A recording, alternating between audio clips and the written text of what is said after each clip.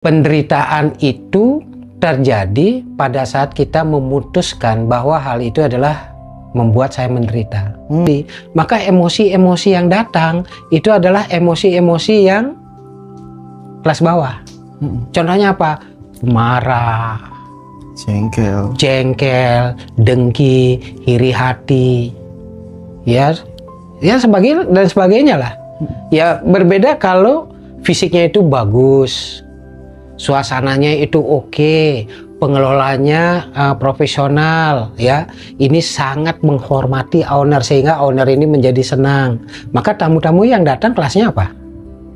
Di bawah, kelas bawah, lebih ke atas lagi, Pak. Lebih ke atas. Tamu-tamu elit yang datang dan bawah sadar ini itu adalah pin-pin bu. Apa itu, Pak? Sangat pintar tapi juga bodoh. Itu pintarnya adalah kita mau ngapain aja suruh ke dia. Termasuk merubah perilaku, merubah kebiasaan, cara pandang dan sebagainya, suruh dia yang melakukan perubahan. Itu ya. Bodohnya apa? Informasi apapun yang kita masukkan kalau sudah langsung ke bawah sadar itu diterima apa adanya. Gitu.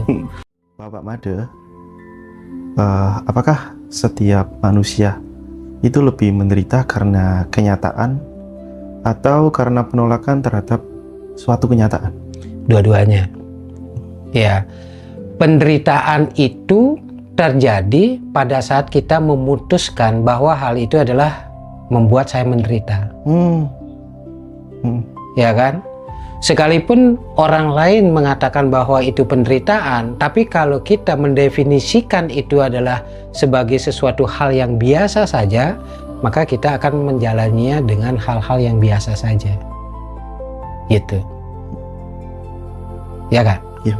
Ya, jadi karena kita yang memberikan satu makna bahwa hal itu adalah sebuah penderitaan. Gitu. Kita menjadikan hal itu sebagai satu merek bahwa hal itu adalah penderitaan bagi saya. Bolehkah kita melihatnya bahwa itu adalah sebagai sesuatu hal yang normal saja? Bisa aja. Gitu. Ya, jadi makanya disinilah diperlukan adanya satu proses. Apapun yang kita hadapi, jangan langsung mengambil kesimpulan. Ya, jeda sejenak, bila perlu ya tarik kaki satu langkah ke belakang dulu untuk melihat peristiwa itu seperti apa. Itu kita bisa melihatnya itu dari berbagai sudut pandang kan. Itu ini ada sebagai sesuatu hal yang prospek, ya. Ini adalah sebagai sesuatu hal yang konsekuensinya begini. Mana yang akan kita putuskan sebagai konsekuensi atau sebagai sebuah prospek dari peristiwa tersebut. Satu peristiwa itu sebenarnya bisa bermakna banyak hal. Betul tuh, Pak. Ya, tergantung kita melihatnya dari sudut pandang yang mana. Tapi satu hal yang bisa saya pelajari nih, Mas Habibie, bahwasanya ya kemampuan kita untuk melihat peristiwa ini ya dari berbagai macam sudut itu sangat ditentukan oleh seberapa kaya kita memiliki kosakata. Betul, Pak. Ya, kalau kosakata kita itu terbatas, kita itu akan muter terus di situ tuh. Kayak bebek itu renang itu ke situ lagi, renang ke situ lagi gitu loh. Karena kita memiliki kosakata yang terbatas. Kalau kita memiliki kosakata yang tak terbatas, pilihannya akan banyak. Pilihannya akan banyak. Dari A sampai Z dulu pilihannya itu. Gitu. Ya, mau gunakan yang mana nih? Mau kita ambil pilihan yang mana nih? Dari A sampai dengan Z ini. Oke. Gitu. Ya. Menarik kan hidup itu kan? Sebetulnya. Jadi hidup kita itu sebagai penyaksi atas segala kenyataan atau kejadian yang kita maknai ya, Pak. Iya. Itu. Kita mundur ke belakang sedikit, Pak, pembahasan mengenai yang kejadian looping. Idealnya itu berapa lama sih, Pak, kita menyimpan rasa marah, rasa jengkel agar bisa menjadi rasa netral yang itu tidak terjadi apa-apa, atau bahkan bisa itu menjadi rasa yang sangat wah terima kasih, ini sudah saya terima, terima kasih sudah menyadarkan saya atas kejadian yang sudah saya alami. Tergantung seberapa lama orang ini bisa belajar. Untuk jadi pemarah itu belajar loh. Ada satu kondisi marah, ada satu kondisi marah, pada akhirnya dia jadi terampil marah, maka disebut dengan pemarah. Gitu kan.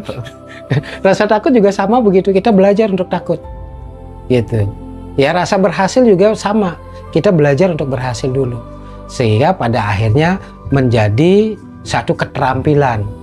Apakah keterampilan untuk berhasil atau keterampilan untuk gagal gitu. Nah, kalau demikian adanya, cepet-cepetlah belajar sehingga kita menyadari bahwa ada sesuatu hal yang harus kita perbaiki di dalam diri kita gitu. Nah, kalau tidak bisa sendiri, cari orang yang bisa membantu. Maka disinilah dibutuhkan yang namanya itu adalah guru ya. Pembimbing tapi guru atau pembimbing, cari guru atau pembimbing yang memang benar gitu. Sampai sekarang pun kalau saya nge-gym misalnya, saya cari PT gitu.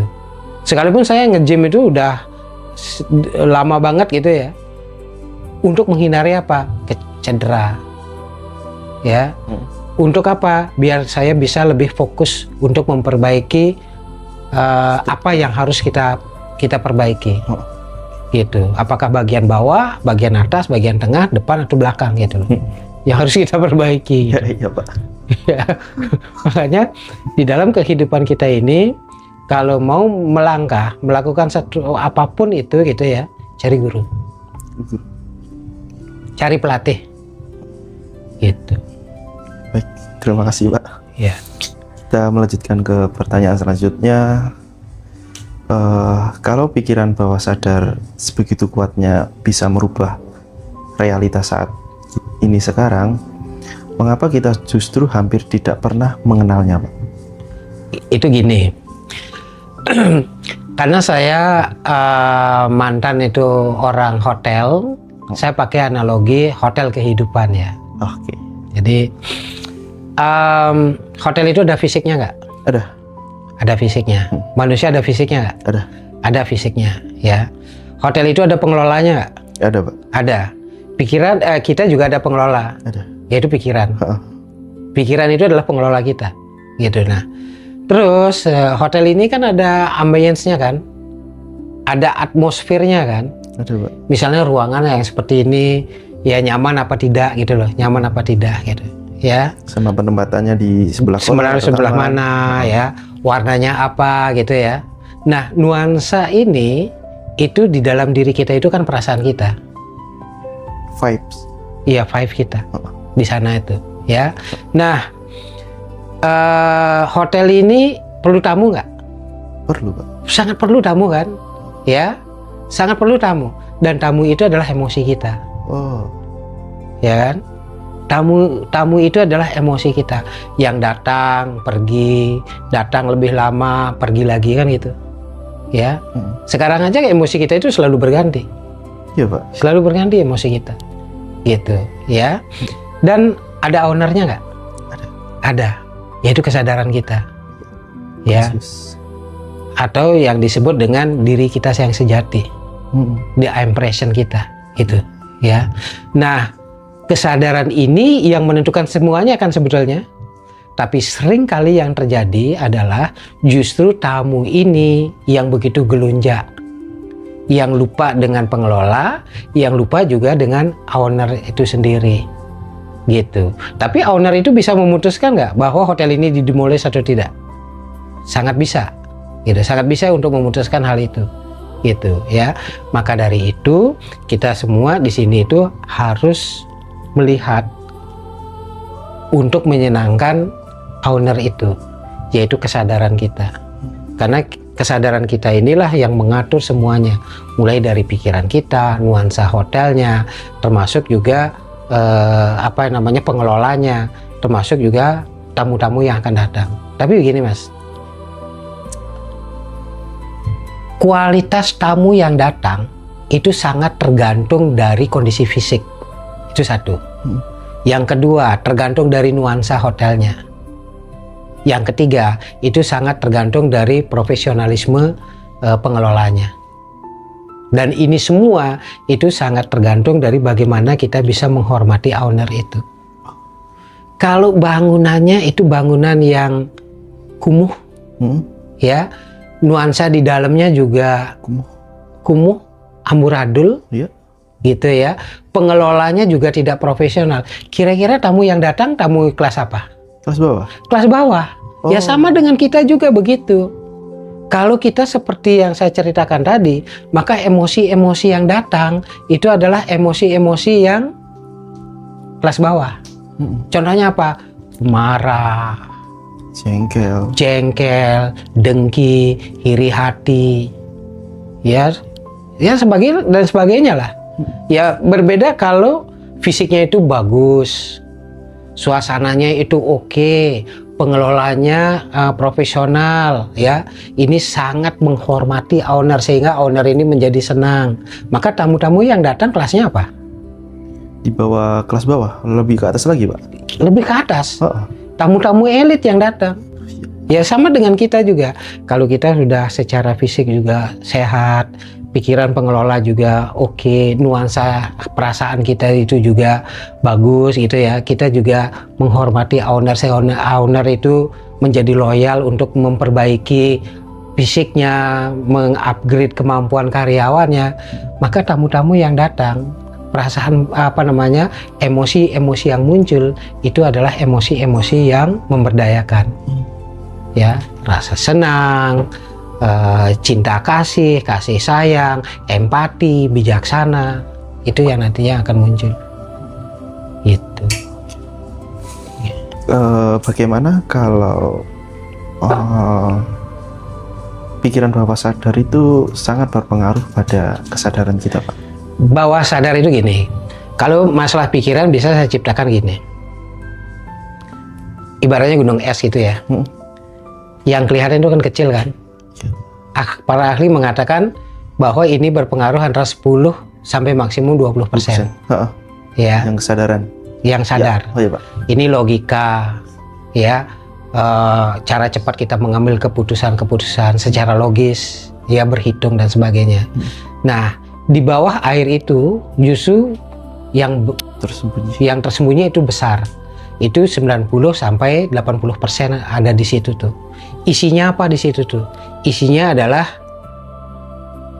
karakter, belief atau keyakinan. Isinya juga itu adalah kebiasaan, ya. Dan isinya di sana sering juga disebut dengan sifat. Ya. Itu di situ. Antara pikiran sadar dengan bawah sadar itu kan ada airnya kan? Iya Pak. Nah ini yang disebut dengan critical factor. Atau bahasa kerennya itu disebut dengan RAS, Reticular Activating System. Tempat penyimpanan informasi sementara sebetulnya. Jadi informasi yang kita terima dari panca indera kita sementara itu disimpan itu di critical factor ini.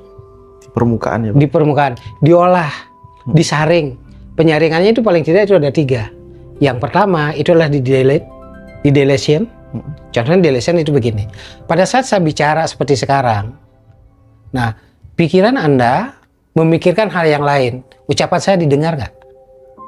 Enggak. Berarti sebagian informasi itu hilang, ya kan? Nah karena itu di delete. Itu satu penyaringan. Yang kedua adalah di generalisasi. Oh, yang diucapkan Pak Made itu adalah ini pasti maksudnya begini. Diambil kesimpulan sebelum saya selesai berbicara. Gitu. Nah, yang ketiga adalah didistorsi. Tergantung dari kepentingan kita. Ya, contoh misalnya sekarang Piala Dunia. Gitu ya. Saya mengidolakan Portugal. Sedangkan Mas Habibie mengidolakan apa misalnya? Barcelona atau Argentina. Kalau saya berbicara tentang Portugal, Anda dengarkan nggak? Enggak. karena itu didistorsi. Oh. Gitu loh. Kalau misalnya ada orang itu yang membenci saya, apapun yang saya ucapkan itu tidak didengarkan. Itu namanya distorsi. Distorsi. Gitu loh. Itu dia yang dipakai alat penyaringan dari critical factor kita. Sehingga masuk ke bawah sadar menjadi sebuah kesimpulan. Kesimpulan ini apakah sama seperti yang dimaksudkan oleh si pembicara, belum tentu. Gitu. Kesimpulan yang pada akhirnya timbul di situ adalah kesimpulan sesuai dengan si pendengar tadi. Itu yang sudah disaring informasi-informasinya ini. Nah, kalau sudah masuk di bawah sadar, namanya aja bawah sadar, dia akan mendorong menjadi sebuah perilaku, ya, apakah menghambat ataupun mendorong itu tanpa kita sadari. Dan bawah sadar ini itu adalah pin-pin bu. Apa itu, Pak? Sangat pintar tapi juga bodoh. Itu. Pintarnya adalah kita mau ngapain aja suruh ke dia. Oh. Termasuk merubah perilaku, merubah kebiasaan, cara pandang dan sebagainya. Suruh dia yang melakukan perubahan.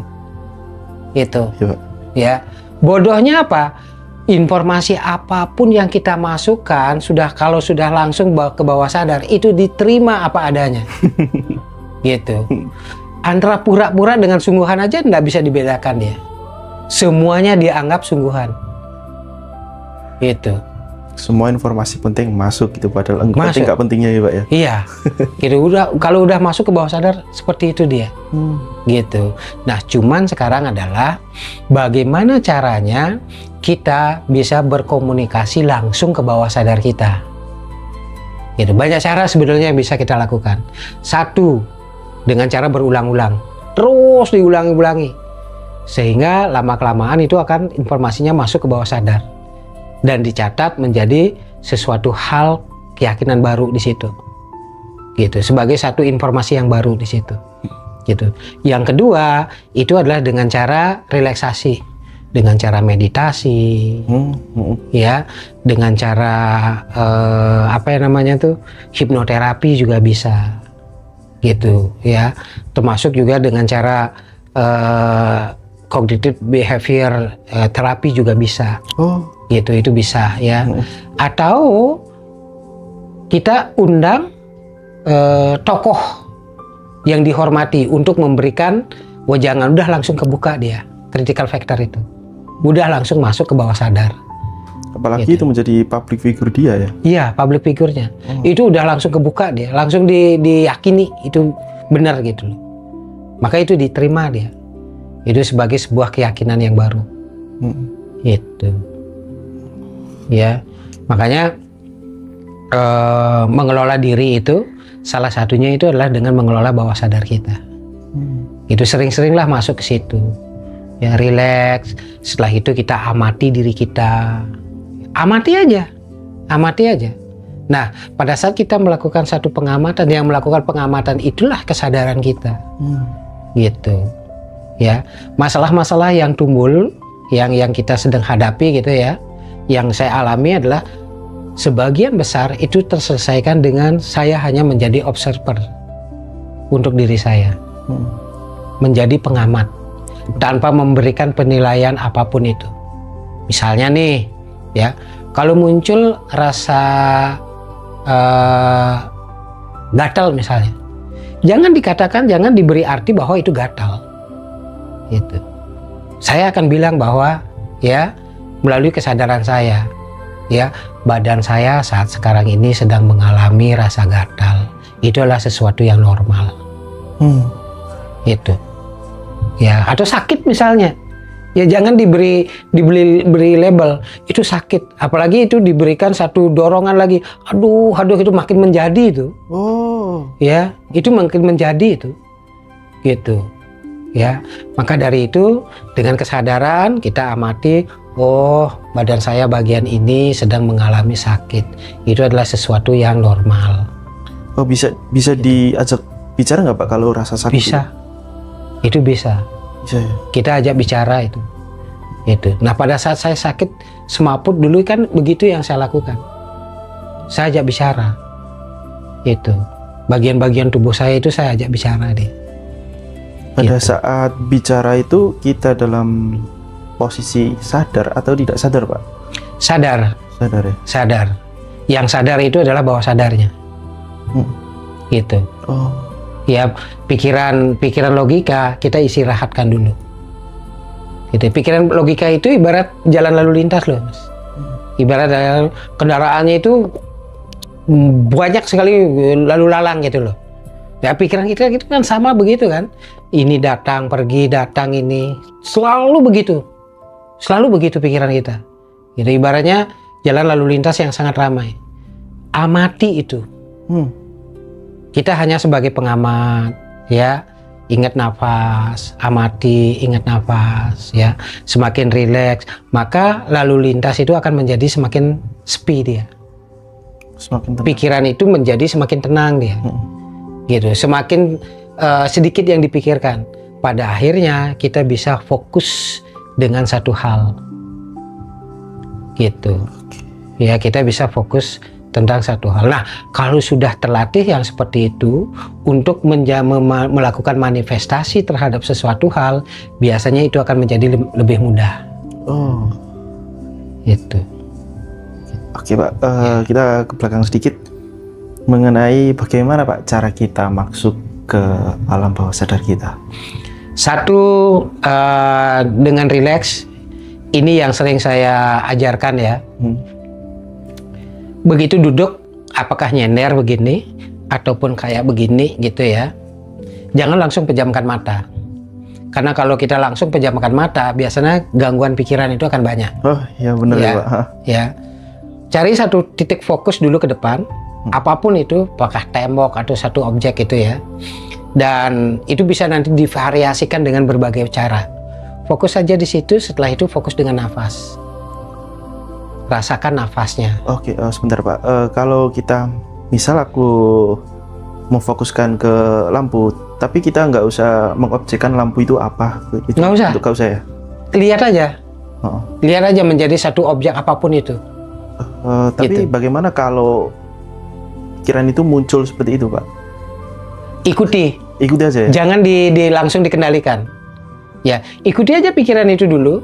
Setelah kita mengikuti, balik lagi ke nafas. Ikuti lagi, setelah itu balik lagi ke nafas. Gitu. Nah, lama-lama gangguan pikiran itu akan menjadi semakin mereda dia. Oh ya. Ya, semakin fokus dengan nafas, maka pada saat itu kita bisa menjadi semakin rileks. Nah, setelah kita merasa rileks, tarik nafas yang dalam, perlahan dari hidung. Setelah itu hembuskan perlahan, langsung pejamkan mata. Itu menghembuskannya dari mulut atau hidung, Pak? Gini, kalau kita menghembuskan dari mulut, berarti itu kan kita melepaskan beban kan? Oh, kalau mulut itu beban. Iya, kita lepaskan beban. Gitu. Makanya kalau kita lagi marah gitu ya, tarik aja nafas. Tahan. Ya, antara narik nafas itu pendek, nahan lebih lama, menghembuskan lebih lama lagi. Cepat itu hilang emosi. Itu nggak usah pakai suara gitu, Pak ya? Bisa pakai suara, misalnya bisa pakai, bisa. Sambil teriak nggak boleh, Pak? Ya, teriak boleh. Oh. Ya, tapi saran saya daerah perkotaan itu pakai bantal lah. Gitu. Tapi nggak usah pakai teriak begitu ya. Dengan nafas saja, tarikan, hembuskan 3-5 kali, biasanya kita akan menjadi semakin tenang. Nah, kalau sudah mulai tenang, mulai kita jelajahi, rilekskan dari atas sampai dengan bawah. Nah, kalau kita sudah bisa fokus dengan diri kita ke dalam, ya, baru kita bisa amati. Tanyakan aja bahwa emosi apa yang hadir saat sekarang. Biasanya muncul kan? Muncul dia, gitu. Emosi apa yang hadir saat ini? Dia muncul. Kalau yang positif, misalnya cinta, perkuat. Ya, perkuat itu kita bisa bayangkan. Memperkuat energi cinta itu seperti menaikkan volume radio atau volume TV. naikkan lagi, naikkan sampai mentok. Setelah itu baru sebarkan ke seluruh bagian tubuh. Itu cinta ke diri sendiri atau cinta ke seseorang, Pak? Kita bisa lebih baik mencintai orang lain termasuk lingkungan kalau kita sudah mencintai diri kita, kan? Karena seperti tadi saya katakan bahwa segala sesuatu itu adalah refleksi dari diri kita. Cerminan ya, Pak. Cerminan dari diri kita. Segala hal itu mulai dari diri kita. Gitu. Ya, supaya lebih dicintai oleh orang lain, langkah pertama kita mencintai diri sendiri, baru kita mencintai orang lain, kan? Gitu. Karena segala sesuatu di sini kalau saya belajar gitu ya, baca-baca berbagai macam buku ya, pada intinya itu adalah energi semua. Kalau kita ingin menarik energi tertentu, maka kita harus memberikan energi itu terlebih dahulu. Gitu. Ya. Nah, setelah masuk ke bawah sadar, amati emosi apa yang muncul. Kalau emosi negatif, ya, marah misalnya. Terima kasih, emosi marah sudah menjadi bagian dari kehidupan saya selama ini.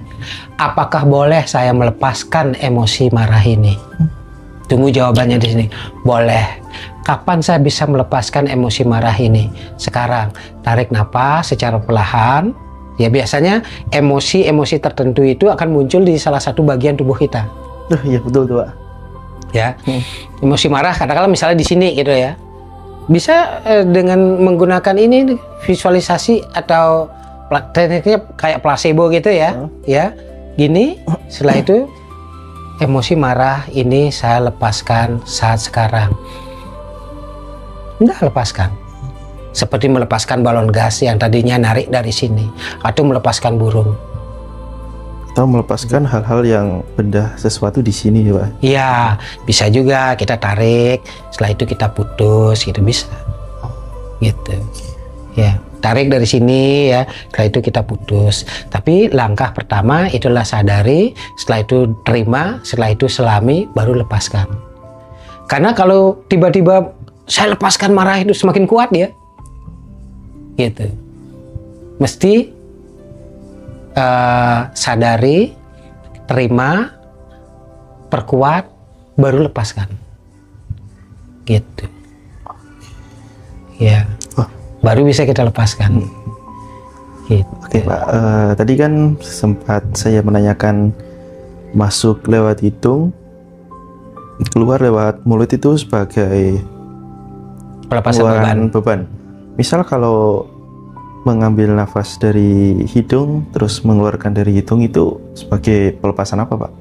Itu sebenarnya itu adalah sebagai sesuatu hal boleh dibilang sebagai empowerment juga boleh. Gitu. Dari hidung, keluarkan dari hidung itu secara perlahan-lahan. Itu adalah sesuatu napas yang netral ya. Tapi kalau kita ingin melakukan satu empower terhadap sesuatu hal, ya lebih power lagi, itu nariknya itu justru dari mulut. Lepaskan dari hidung. Gitu. Misalnya lemes misalnya gitu ya, atau moody gitu ya, turun lagi mood gitu ya, tarik aja.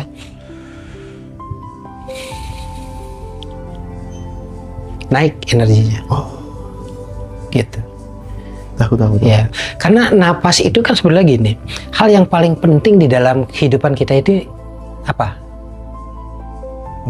Nafas. Nafas itu adalah kehidupan. Manusia lahir, tubuhnya tidak sempurna, tapi ada nafas. Mati atau hidup? Hidup. Manusia lahir, tubuhnya sangat lengkap, tapi nggak ada nafas. Mati atau hidup? Mati. Maka nafas itu adalah kehidupan itu sendiri.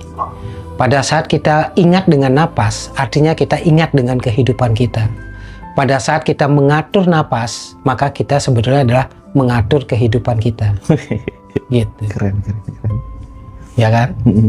Gitu. Oke. Ya. Tadi kan buat mood booster kita atau lagi lemas, teman-teman bisa melakukan menarik nafas dari mulut, keluarkan dari hidung. Itu bisa. Dengan melakukan jeda juga boleh. Misalnya pada saat kita kerja duduk begini, rasa malas datang gitu ya, lakukan aja jeda sejenak ya, Bisa diselingi dengan minum air atau jalan sejenak boleh, cuci muka juga boleh. Itu. Atau yang sering saya lakukan itu adalah dengan teknik placebo. Oh, Kalau mood lagi turun gitu, pura-pura aja saya kerja. Kalau lagi males gitu, pura-pura aja saya sibuk. Gitu. Maka mood itu akan naik dengan sendirinya. Gitu. Karena seperti tadi saya bilang bahwasanya bawah sadar itu tidak bisa membedakan antara pura-pura dengan sungguhan. Gitu. Ya. Oke. Lakukan dengan pura-pura aja. Oke, Gitu. oke. Ya. Kalau mengambil dari mulut, melepaskan dari mulut itu sebagai bentuk Pelepasan juga. Itu sebagai pelepasan juga. pelepasan apa itu, Pak? Ya, beban juga. Oh, beban ya. Gitu ya. Misalnya nih sedang berhadapan dengan satu situasi yang sulit gitu ya. Oh, Atau orang yang menjengkelkan lah. Ya. Bisa begitu. Bisa begitu. Sehingga di sini diafragma kita itu menjadi rileks lagi. Oh, yang tadinya menguat sebagai emosi langsung Iya. kembali ke netral ya, Pak ya. Ya.